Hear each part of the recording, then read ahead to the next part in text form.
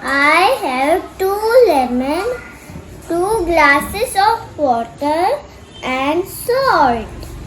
Now I will pour this lemon in this glass. See, it is sinking. Now I will pour second lemon in second glass. And now I will be adding salt in the first glass. Now see the difference.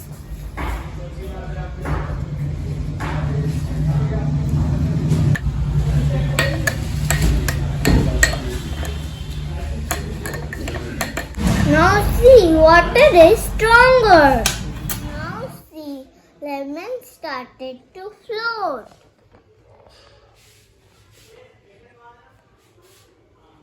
When the density of the water is low, object sink.